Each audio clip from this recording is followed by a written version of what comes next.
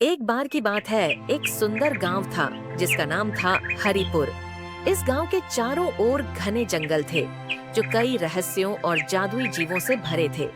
गांव के बच्चे अक्सर उस जंगल के पास खेलते थे, लेकिन कोई भी उस जंगल के भीतर जाने की हिम्मत नहीं करता था, क्योंकि कहा जाता था कि वहाँ एक जादुई परी रहती है जो अपनी जादुई शक्तियों के लिए जानी जाती थी।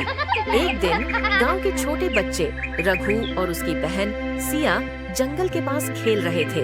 रघु ने अचानक कहा, चलो हम जंगल के अंदर चलते हैं। सिया ने डरते हुए कहा, नहीं, वहाँ बहुत खतरे हैं। लेकिन रघु ने कहा, डर किससे?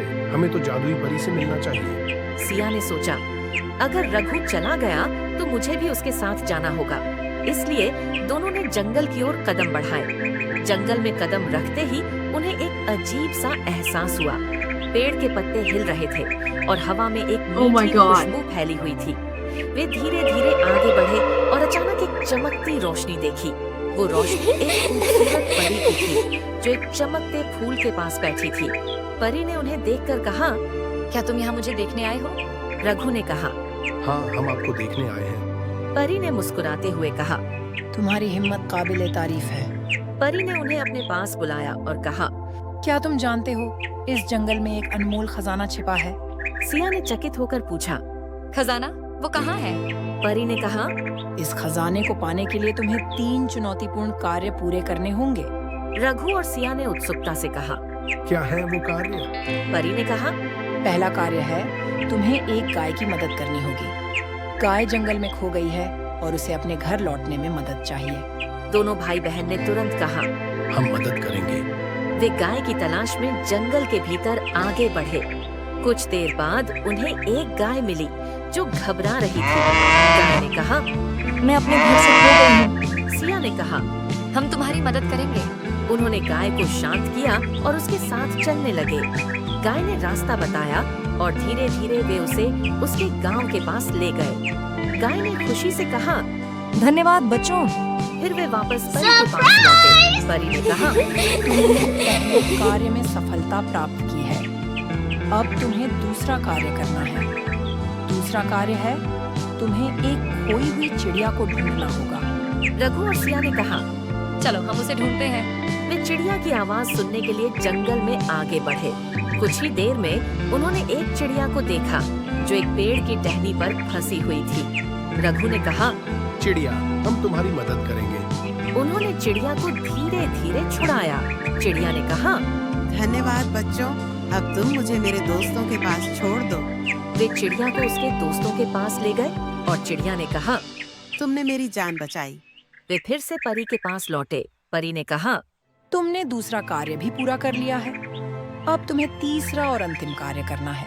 तीसरा कार्य है, तुम्हें एक खोई हुई जड़ी बूटी ढूंढनी है जो इस जंगल में बहुत महत्वपूर्ण है। इस जड़ी बूटी का नाम है स्वर्णिका, जो केवल पूर्णिमा की रात को खिलती है। सिया ने कहा, लेकिन आज तो पूर्णिमा नहीं है। परी ने कहा, तुम्हें रात तक इंतजार करना होगा। वे दोनों ने तय किया। ठीक है, हम रुकेंगे। वे जंगल में बैठ गए और जादुई जीवों के बारे में बातें करने लगे। धीरे धीरे रात का अंधेरा छाने लगा और चांद आसमान में चमकने लगा। परी ने कहा, अब हमें जड़ी बूटी की तलाश करनी है। सिया ने कहा, वो देखो, वो जड़ी बूटी। वे दौड़कर उस जड़ी बूटी के पास गए और उसे ध्यान से तोड़ा। परी ने कहा, तुमने अंतिम कार्य भी पूरा कर लिया है। अब मैं तुम्हें खजाना देने जा रही हूँ। परी ने अपनी जादुई छड़ी घुमाई और अचानक एक चमकदार ताबूत उनके सामने प्रकट हुआ। जब उन्होंने ताबूत खोला तो वहाँ कई रंग बिरंगे गहने और सोने के सिक्के थे। सिया और रघु की आंखें चमक उठी। परी ने कहा, यह तुम्हारे साहस और मेहनत का फल है। रघु ने कहा, हम यह सब गांव के लोगों के साथ बांटेंगे। परी ने मुस्कुराते हुए कहा, तुम्हारी दयालुता काबिले तारीफ है। उन्होंने खजाना लेकर गांव की ओर चलना शुरू किया। गांव पहुंचते ही सभी लोग उनकी खुशी में शामिल हो गए। रघु और सिया ने खजाना सबके साथ बांट दिया। गांव के लोग उनकी बहादुरी की तारीफ करने लगे। रघु ने कहा, याद रखो, असली खजाना वह है जो हम अपने साथियों के साथ बांटते हैं। इस तरह रघु और सिया ने न केवल खजाना पाया बल्कि सच्ची दोस्ती और दया का महत्व भी समझा और इस तरह उनकी कहानी खत्म हुई। लेकिन जंगल के जादू और उन दोनों की साहसिकता हमेशा गांव के लोगों के दिलों में जीवित रहेगी। क्या आपको लगता है कि आप भी ऐसी साहसिकता दिखा सकते हैं? क्या आप भी अपने गांव और दोस्तों के लिए कुछ खास कर सकते हैं? सोचिए, क्योंकि जादू हर जगह है, बस हमें उसे देखने की जरूरत है। इस कहानी से हमें यह सीख मिलती है कि जब हम एकजुट होकर किसी कार्य को करते हैं तो हम हर चुनौती का सामना कर सकते हैं। क्या आप भी अपने दोस्तों और परिवार के साथ मिलकर कुछ जादुई करना चाहेंगे?